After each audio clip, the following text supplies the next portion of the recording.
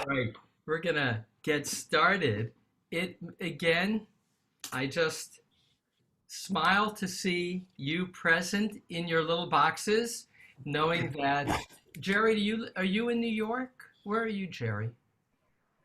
Irvine, California. Oh, you're close. You're good. Okay. I have Lindy right above you from sea to shining sea, participating. It just makes me happy to know that we're learning together. And once again, the opportunity for me to look at these Psalms closely has been a eye opener and a heart opener in terms of appreciating how much artfulness there is in each of the Psalms we've looked at, and how each of the Psalms that we've looked at also has its own distinctive message and moment and style. What the Psalms that we have looked at do share in common is that they are largely written about struggle of one kind or another. Sometimes it's celebration with the struggle in the background, but there's a sense of the world being dangerous. We saw that in the opening Psalm, Psalm 1, which foreshadowed what would come. And that's reality. Reality is that there is the danger of living, and at the same time, the possibility of finding celebration in life and comfort. The word ashrei of Psalm 1, which is translated as happiness, but really with the nuance of Hebrew, is calm contentment. Now, Psalm 35 somehow really pulls at me. And I share that what pulls at me is this is a psalm about betrayal, of mockery by those who the Psalter saw as his friends, saw as family, and they mock him. And check out this element of the poetry. The word nafshi. Last Psalm 34, we ended with a little bit of a discussion of nafshi because I had translated it as soul, largely because I'm working from an old template when I begin that I'm then changing, and it remained. The word nefesh can be soul. It's also life. It's also throat in Hebrew. In this psalm, nafshi, which I usually translate as spirit, because spirit is breath flowing through the mouth, it's life. For the rabbis, it's the lowest level of soul. In the Zohar, the Jewish mystical writings, there's three elements of soul which are abbreviated as narn: nefesh, ruach, and neshama. Nefesh is life, the quality of being able to breathe. Ruach is identified as a higher level of emotion, those being shared with animals. Nefesh and ruach, animated and feeling, and neshama in the Zohar is distinctly human consciousness or awareness. Nishmat Chayim in the Genesis story, it's the breath of life that God breathes into Adam, and that's where you get that word neshama, also breath, but it's consciousness. That's when we're created in the image of God. And so this word nefesh is repeated 7 times, and we know that 7 is often purposeful. It means fully. And once nafshenu, our soul, is used, and that's for the enemies. And that'll be in verse 25. So a common thread throughout this psalm is the repeated use of the word nefesh, particularly nafshi, over and over, 7 times: my soul, my soul, my life, my spirit. And that is again to say that this is a psalm that penetrates deeply. This is about the deepest pain, the pain of betrayal. I had a teacher, Rabbi David Hartman, a great philosopher in Jerusalem, and he said that the definition of pain is when you go to give somebody a hug and they recoil. They bring their arms back. And he said that sense of rejection that's pain on that core level. And you'll see in this psalm, I often like to look at where's the middle of the psalm, the bullseye, if you will. And here, it's verses 13 and 14. And here's the middle of the psalm. Listen to him describe these friends. But as for me, when they were sick, my clothing was sackcloth, and I afflicted my spirit with fasting. And my prayer, upon my bosom let it return. As though they were my friend or my sibling, I went about as though mourning a mother in black and bowed. Well, that's the middle. But you'll see the next verse then is, but when I limped, they rejoiced and they gathered against me like moral cripples, and I did not know their mouths open, and they were not silent. I didn't know. I was oblivious. I was naive. And there's one other signature component to this psalm, and that's the word ha'ach. Well, there's two others, actually, in terms of rare words. One is the word ha'ach, which gets repeated 3 times. I translate it as ha. I, at one point, did it as H-A-H-A, as you'll often see, abbreviated in a text for laughter. And in fact, Rashi, the great medieval commentator of France, 12th century, will say, ha'ach is joy. So it's a happy laughter. But I see it, and I'll share with you why in a moment, ha'ach here is ha. It's derisive. It's mocking. Oh. There's an element of joy, but it's the joy of derision. And here's why. The word Shoah means Holocaust. It's also a rare word. It doesn't appear anywhere in the 5 books of Moses. It's not a word I really even knew. It occurs 3 times in this psalm. This is a Shoah psalm. Shoah is the word used in Israel for the Holocaust. By the way, the word Holocaust was coined by Elie Wiesel about 15 years after those events. A Holocaust is a burnt offering, and he chose to use that word to elevate the lives of who he wished to elevate as martyrs. And he would want to teach that everybody who perished in the Holocaust, who was murdered, did so in a classic Hebrew expression, Kedushat Hashem, to sanctify God's name. And so he chose to call those events the Holocaust, the time of burnt offerings. He, by the way, stopped using the term after the TV series, The Holocaust, and he wrote an essay, editorial in the New York Times, saying that when the events called the Holocaust were presented on TV, with commercials trivializing the events, and with people being well-fed rather than, in fact, emaciated, they were desecrating the memory of those, and he stopped using the word Holocaust. He would call it the cataclysm or the time of darkness. Shoah itself, the word, it's not clear where it comes from. Ibn Ezra, the great Spanish medieval commentator, says that it's from mishta'eh, which means to be dumbstruck by what you see, overwhelmed by what you see. Others say it comes from shimamon, which could mean utter destruction or desolation. That word appears 3 times in this psalm, and I see it as a Shoah dirge.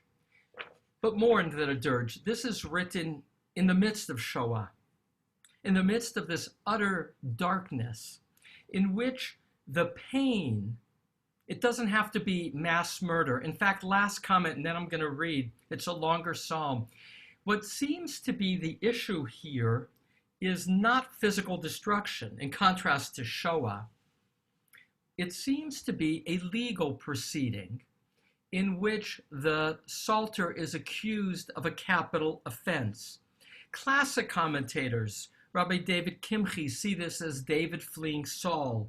Sforno would say it's David fleeing Absalom. So In the classic mode, it's King David running for his life. But in the language used, in the opening, and we'll see it later in the middle, a reeve is a legal dispute. And it's as if the Psalter has been accused of some capital offense with the lies of his neighbors, setting him up for the use of the weight of the law, the instruments of power to bear down on him. That too has a Shoah dimension.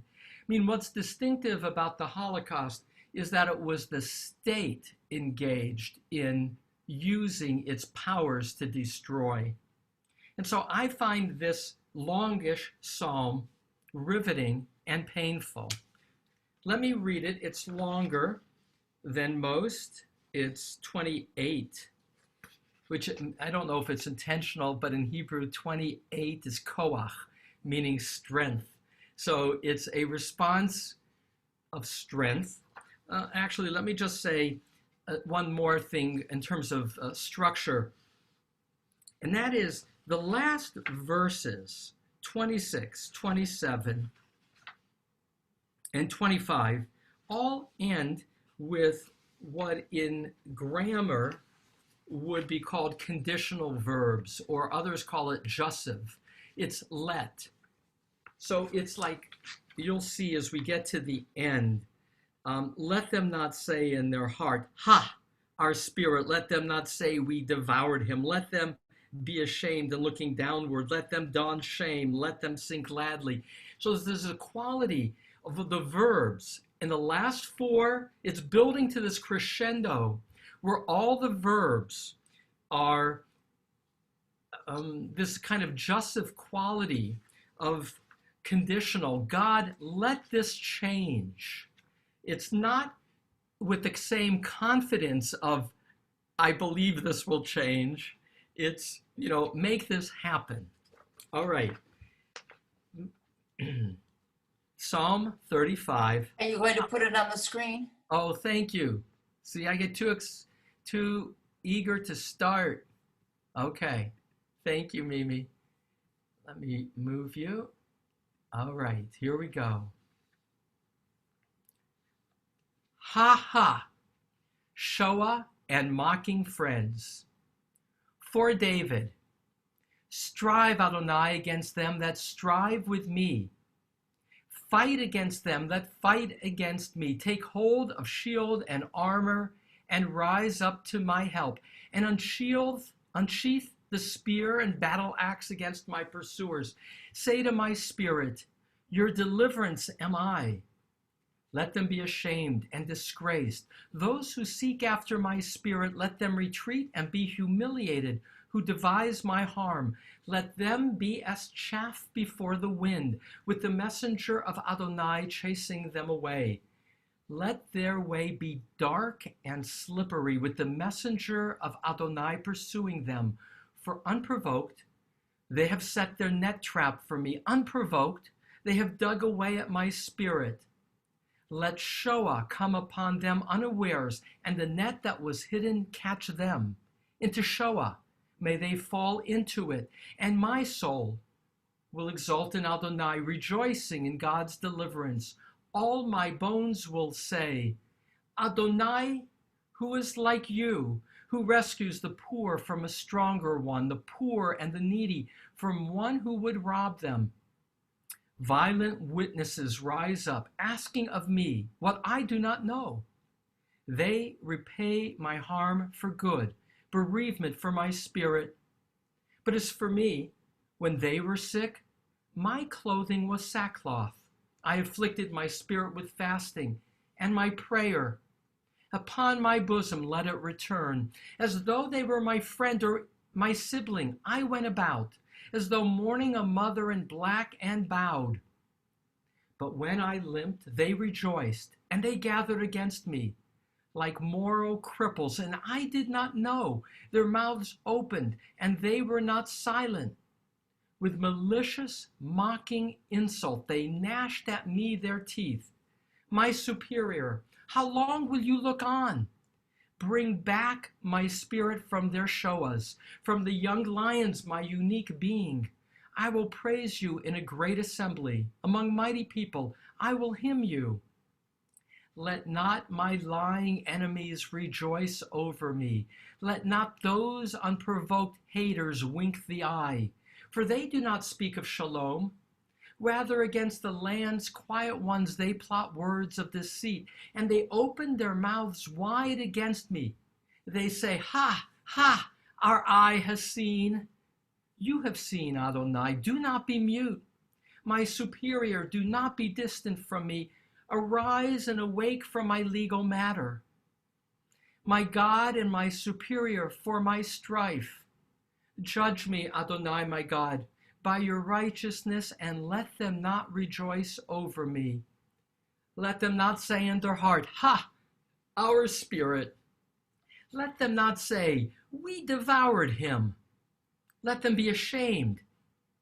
And looking downward together, who rejoice in my harm, let them don shame and disgrace, they who enlarge themselves over me. Let them sing gladly and rejoice, who delight in my righteousness. Let them always say, magnified is Adonai, who desires shalom of God's servant. And my tongue shall recite of your righteousness, and all through the day your praise. Powerful, isn't it? Let me just point out a few translation choices in this regard. I made a choice, in part because of Black Lives Matter, to translate Adonai as my superior instead of my master. Interestingly, as I looked over different translations, I saw that Rabbi Zalman Schachter Shalomi and Rabbi Richard Levy had already substituted for my master, my superior. Literally, it means master. Like in modern Hebrew, Adon is Mr., right? So Adon Spitz, Mr. Spitz. So, but they made the change because of a consciousness that master was often identified with men as being superior. And so they chose a decade ago to substitute my master as my superior. But all the more in this moment where master is identified also with slavery, it just felt calling God my master didn't resonate for me.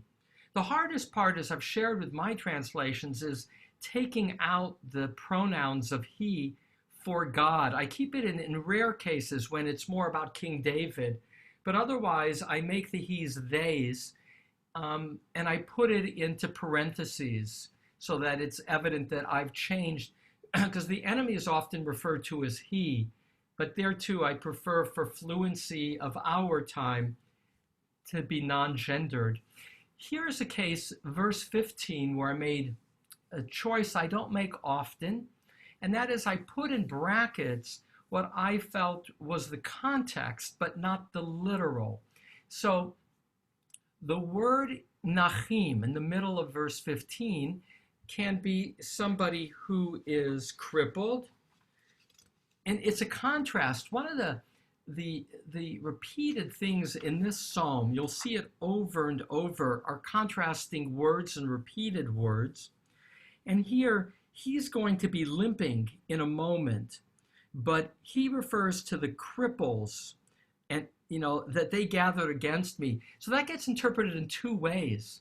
One is even the people who were Nachim, which are lowly or handicapped, even they gathered against me, meaning as a way to say even the most, if you will, distracted by the challenges of life, found reason to mock me.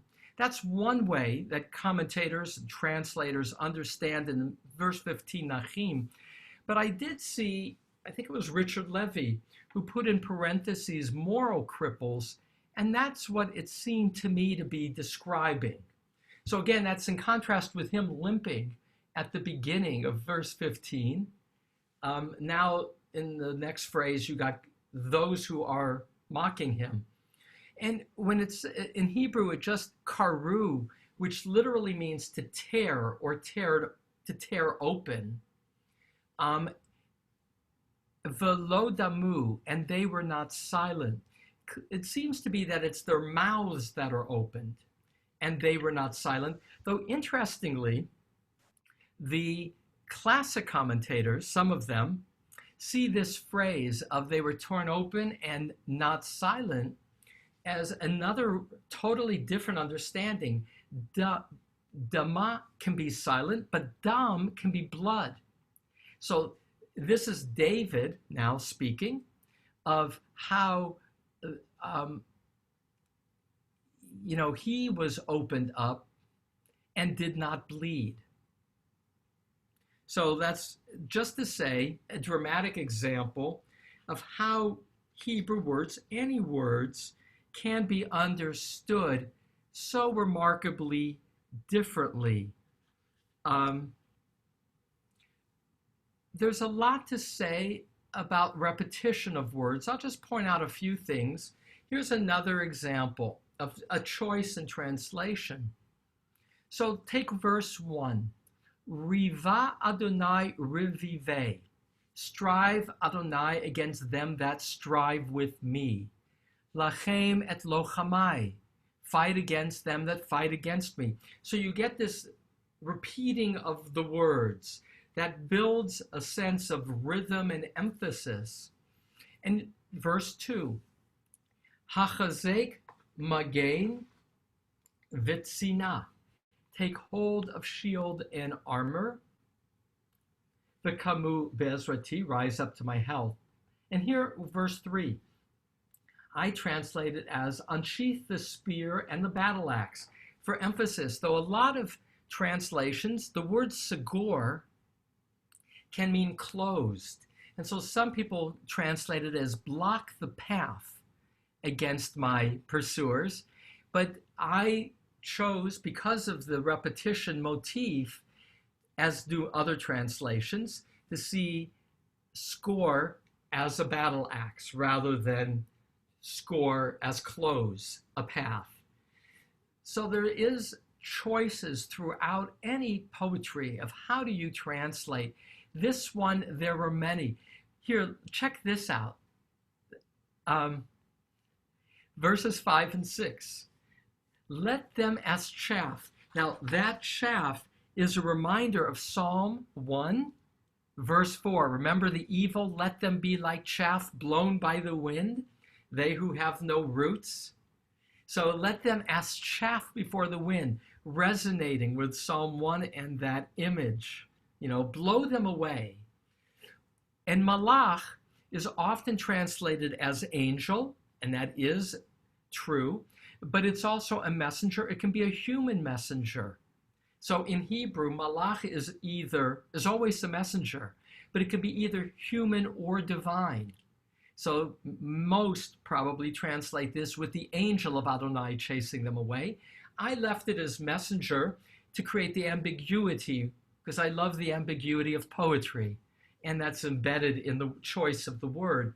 So here, verse 5, with the messenger of Adonai chasing them away, let their way be dark and slippery, with the messenger of Adonai pursuing them. So again, you get this repetition of being chased and pursued, doche v'rodef, but the image of it being dark and slippery, meaning let it make them run, right? Being chased by your messenger, and make it slippery so they'll fall down. So that quality of the images that are being painted to pursue on a dark, slippery slant these people, that leads to, with this constant repetition of soul. Verse 7, it's actually verses 3, 4, 7, 9, 12, 13, 17. Nafshi, nafshi, nafshi, my soul, my spirit. He's being attacked. So one last one, And that's to point out the one time that it's not nafshi, but verse 25, it's elliptical. And how it's the other use. You get verse 8 and verse 25, this word of Shoah. One second. You get Shoah. Let me not get sidetracked. It'll appear one more time. I'll come back to that. But verse 25, let them not say in their heart, ha'ach nafshenu. Ha'ach is that exclamation. Again, no good translation. It's omnipoetic. Ha'ach. Ha. Nafshenu, our spirit. It's elliptical. What about our spirit? So that gets filled in a lot of translations. It's like, ha, our spirit is satisfied. Ha, our spirit celebrates in terms of seeing him, the Psalter, defeated, devoured. And then let them not say we devoured him. But I also like in verse 25 that it's elliptical. The one time that spirit is used for the bad guys, nafshenu, ha'ach nafshenu, they're speaking. We have to fill in the blank of what it is that is true about their soul. And you can say, ha'ach, our spirit is contemptible. Our spirit is debased. You can fill in that in so many ways as you hear their celebration and how they define their spirit, their essence, their pulse of life. So there's a lot more to say, but it seems like a good time to pause, to stop. We're almost at 10:30. And tomorrow, a shorter psalm, also a remarkable psalm that I call Reflections on Rationalization. It's an old, here too, the Psalter is reflecting on the power of bad people to rationalize what they do. You can in some ways see it almost as an extension of this.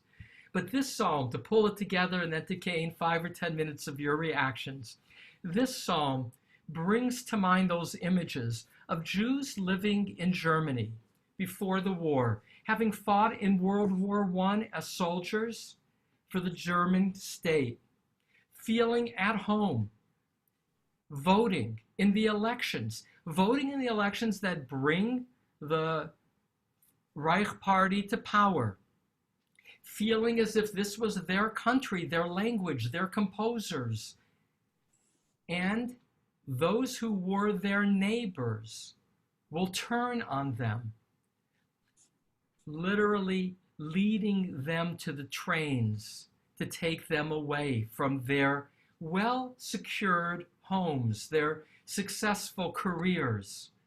And this psalm for me, although it's of course written 2,000 years ago, when our peers in Israel needed a word to define the darkness of those atrocities, they picked that rare word found 3 times in this psalm, that word Shoah, and embedded in a psalm that deals with betrayal by those for whom you felt were your extended family, turning on you. As a child of Holocaust survivors, this particular psalm just chills me in its power. With that, I stop the share so I can see all of you and take 5 or 10 minutes, and then we'll close with a Kaddish. If there's Rabbi, a couple of reactions, Jerry, go ahead. I just mentioned, I work with Robert Alter's version. I noticed that in verse 25, he says hurrah for ourselves. He uses hurrah instead of ha ha. Yeah. I too use Robert Alter to prepare Jerry, because I know. The strength of Robert Alter, who's a professor of literature at Berkeley, with his book, the Book of Psalms, Right. is that he's very attuned to the literary nature. And as a contemporary scholar, he, more than any of my commentators, will suggest that lines are corrupted by the scribes. And he'll bring that element of sometimes suggesting that the ellipses are simply missing words.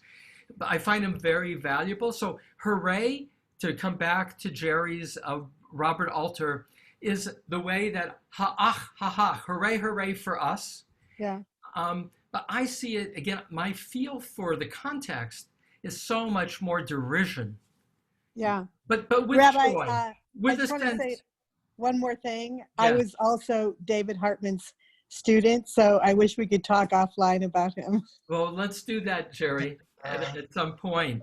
And I will add there will be a public presentation for CSP with Robert Alter, I think July 26th. That's wonderful.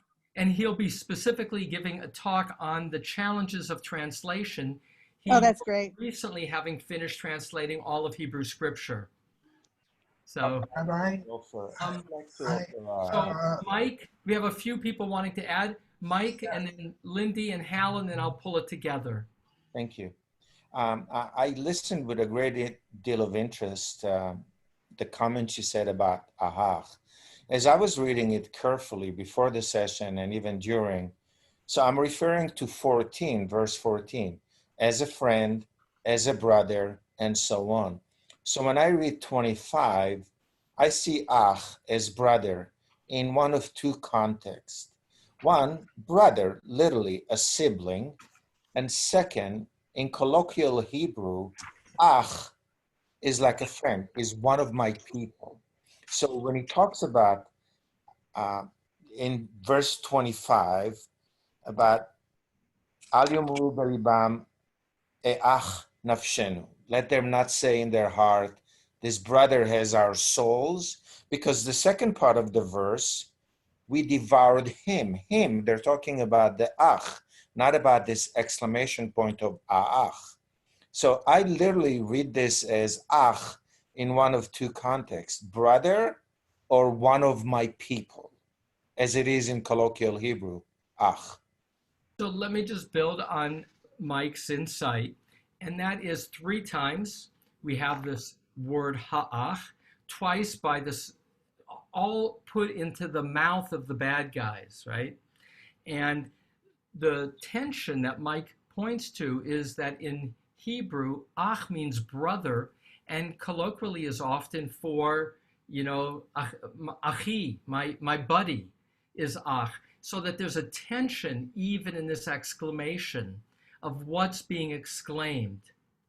So that's a good insight and adds again to the tension of this chosen word. Lindy and then Hal, and then I'll pull it together. Well, the word, what you said about you, how you feel as a child of a Holocaust survivor, this psalm, when I read it, strikes, and we have a group that reads Psalms every morning, and this song strikes at my heart because it's saying to me, be careful, you don't know if you're really safe anywhere. That's what this psalm screams to me. So I go through our history and go, we always thought we were here for how long, and that's what that psalm. Thank you, Lindy. Thank you for emphasizing this quality of this psalm of beware. The world is dangerous. Though I'll add to that, beware of betrayal, because that's the key motif here. I was betrayed, and I was so, clueless. Beware of not being naive to the dangers. You believe that you can trust, Right. and you trust. Right. And so then, don't be a fool. And again, I know and see too much conning going on, and I am deeply, deeply aware of the many times I have been literally conned in the marketplace. I have things hanging on my walls. One of them is a necklace that I got conned thinking it was something that it wasn't. And I keep it there just to be remembered that in my so-called sophistication, I can be also easily conned.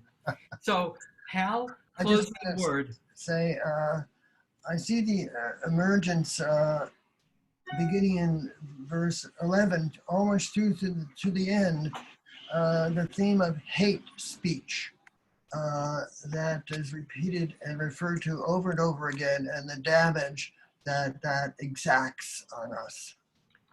Thank you. And thank you in particular, Hal, for pointing out verse 11, because what I didn't identify is that this psalm is usually divided into two parts. Verses 1 to 10 describe the person's predicament, but verse 11, that's exactly as Hal said, that's when the enemy's nature begins to be described to the end. So that's the second half of the psalm, and it's the language that's used describing the enemy is it's an enemy of hate, and one must be aware of the enemy who looks friendly and yet behind your back and even in your face lies.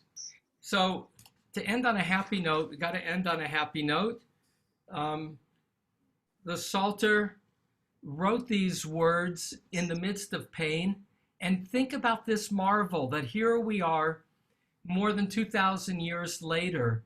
And that's the power of culture. It's the power of words, that they travel through time. And here we are resonating, feeling wiser, and having expression for our own longings with words across many generations. With that, other words that are across generations, that of Mourner's Kaddish, honoring the chain of life.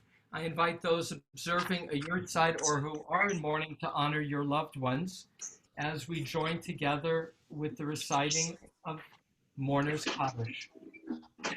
Yitkadal, Yitgadal, Kadash, Yitkadash, Shmei Rabbah, Rabbah, Be'alma, Be'alma, Divrach, Divrach, Kirotei, Kirotei, Malchutei, V'yamlich Malchutei, B'chayechon, V'yomechon, B'chaye B'chol V'chol Beit Yisrael, Yisrael, Ba'agala, Ba'agala B'zman Karev, Vimru, V'imru Amen. Amen. Amen. Yehei Yeshmei Rabbah Rabba Mevarah, Mevarach, Le'olam Le'olei Omer Amayah. Omaya, Yitbarach, Yitbarach, Yishtabach, Yishtabach, Yitar, V'yitpa'ar, Yitramam, V'yitromam, V'yitnaseh, Yitnaseh, V'yitanar, V'yitalech, Yitaleh, V'yitalach, Yitaleh, Shemei Shmei Tikudashah, Uta B'richu, V'yitru, Le'ela Leila, min Min kol Kol birchata Birchata, v'shirata, V'shirata, Tushbichata, tushbechata v'nechamata, V'nechemata, damiran Damiran be'alma, Be'alma, v'mru V'imru amen. Amen. Amen.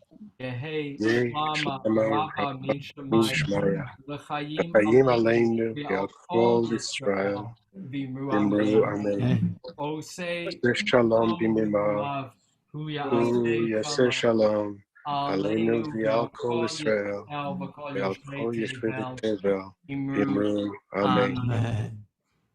Thanks again for joining together. I look forward to seeing you tomorrow as Psalm 36, Reflections on Rationalization. Have a good day.